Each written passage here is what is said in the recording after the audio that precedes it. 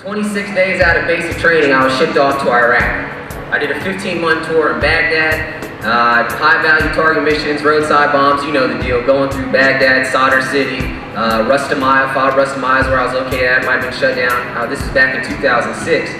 Did a 15-month tour, like I said, during the surge, during the Bush administration.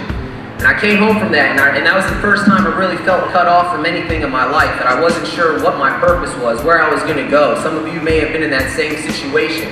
What's the next movement? What's the next chapter of my life? Well, fortunately, I had 4 years signed up to Uncle Sam, so I wasn't going anywhere for 3 years. But I still had that inner voice telling me there's more for me. This isn't all that it's going to be for you, Daniel. You're not going to be defined by your military career. There's going to be something more that comes of your life. And I fell in those roads of depression and drank myself to sleep.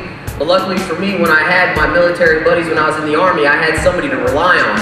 I had somebody to hold me accountable for 6 a.m. formation. I had somebody that was going to hold me by the hand, if you will, through my dark times, through my dark struggles, and that's what brotherhood is. That's what the military bond's about. That's what veterans do for one another. And I got orders to go to Afghanistan in 2009. I was like, all right, this is going to be my last deployment. I think I'm going to get done after this. And in 2009, I was shipped off to Kamdesh, which is the Nuristan province in Afghanistan on the Pakistan border, which is known as Swat Valley, all that bad area and terrain. And I get there and I told myself, listen, if I go through this deployment without having to fire my rifle one time, if I don't have to see anybody killed, any of this stuff, I'll be happy. I'm gonna do my time, I'm gonna get out, and let's go home. I was in over 70 firefights in the first 4 months of Afghanistan. And 4 months into my deployment, I was a part of what's known as the Battle of Kamdesh on October 3rd, 2009, K-A-M-D-E-S-H. It's known as the bloodiest battle in the war in Afghanistan.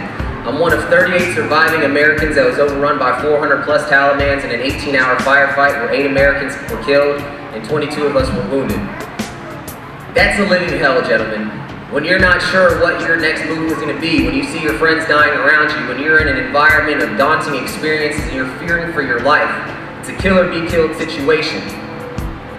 But again, I was going to let my dreams carry me through the low times of my life, and I remember thinking back before I even got in the military of my high school education and how I pissed that away and how I wasn't doing anything proper about my life and I wasn't representing my name the right way, and I almost kind of forced myself into the military, which wasn't a bad thing because it taught me a lot about myself. It taught me not to give up on myself. It taught me that there is a drive inside of me that I can be whatever I want to be. And when I went through that hellacious day on October 3rd, 2009, I wasn't sure if I was going to live. And the next morning when I woke up, I said it starts today. I realized I was on extra time. That I had just seen 8 of my friends die on that deployment. 12 of my friends died in Iraq. I had 24 friends die in both conflicts, not to mention the 8 that killed themselves when they got home. We've all been there. I understand what y'all know and who you used to know. But that's not you. That's not you gentlemen sitting in this room and ladies sitting in this room. That's not you. You guys are different. You all have a voice. And when I came home from Afghanistan, I lost sight of what I wanted to do. I fell down that depression state again. Abusing the sleeping medication the military was giving me. Alcohol, counseling. I was scared. I had departed myself from the military and I didn't know what the next steps were. That's why when I sat in this chair and I see how eager you guys are, you guys have a next step. You already have one foot in front of the other, and I commend you for what you're doing. Because a lot of people fall off. They think they've accomplished all that life has to give them. They think there's nothing more for this race in their life for them to run. And you can't have that mentality. There is no finish line in life. You have an opportunity to excel. You have an opportunity to walk across the stage in front of your family and your peers and be something bigger and contribute to society.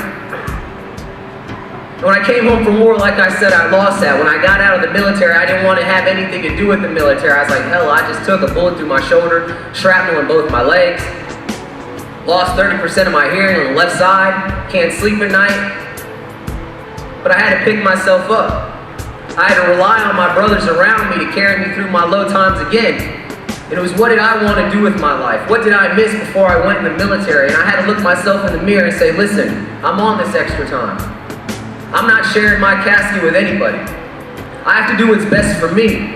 More importantly, I have to represent my friends that died or they died in vain. And that's not going to happen. I'm not going to have anybody thinking that my life is worthwhile because somebody gave their last breath for my freedom. and I flipped the script on what PTSD was doing to me. I said, the hell with that, I'm gonna use my GI Bill. Just like many of you. And I went to Clemson University as a preferred walk-on. I played in 37 consecutive games as a Clemson Tiger. I beat LSU in the Peach Bowl, beat Oklahoma 2 years ago, in the Citrus Bowl. You heard me. Damn, I think we damn near skunked them. And my Orange Bowl rings against Ohio State, primarily special teams and slot receiver. There we go. Hey, nice. The Clemson University.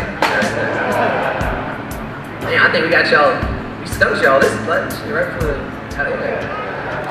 my memory serves me correct. Regardless, anyways, what I'm getting at. You all have visions, you have dreams. When you walked across this stage 6 weeks ago, this was your goal. You accomplished it. Goals don't need timelines. They need a start and a finish, that's it. They need a mentality, a drive. They need a person to believe in that goal, to accomplish that goal, to go after whatever it is they want. That was my mentality when I walked on that field. And I actually came to a point where I got my education, I graduated at Clemson, I played in all these games, I busted my ass on every time I got on the field. And it was like, what do you do when your dream comes true? What do you do after your goal has come true? You gotta keep dreaming. You gotta keep fighting. What's that management position? Who's gonna be the new business owner in this room? Who's gonna take their skill set to the next level? So you have an opportunity to be great, and you're gonna be surrounded by people that are complacent and mediocre and don't want anything more for their life because they feel they've made it. They feel they've accomplished all that life can give them. But you are different. You all have something that a lot of people don't. You have experience. You have a military background. You have a mindset that you will adapt and overcome. So from this day forward, remember this feeling. Remember what it was like to walk across the stage and feel the joys and feel the cheers. Because not every day hereafter is going to be this exciting. Not every day after is going to be bright sunshine and perfect weather.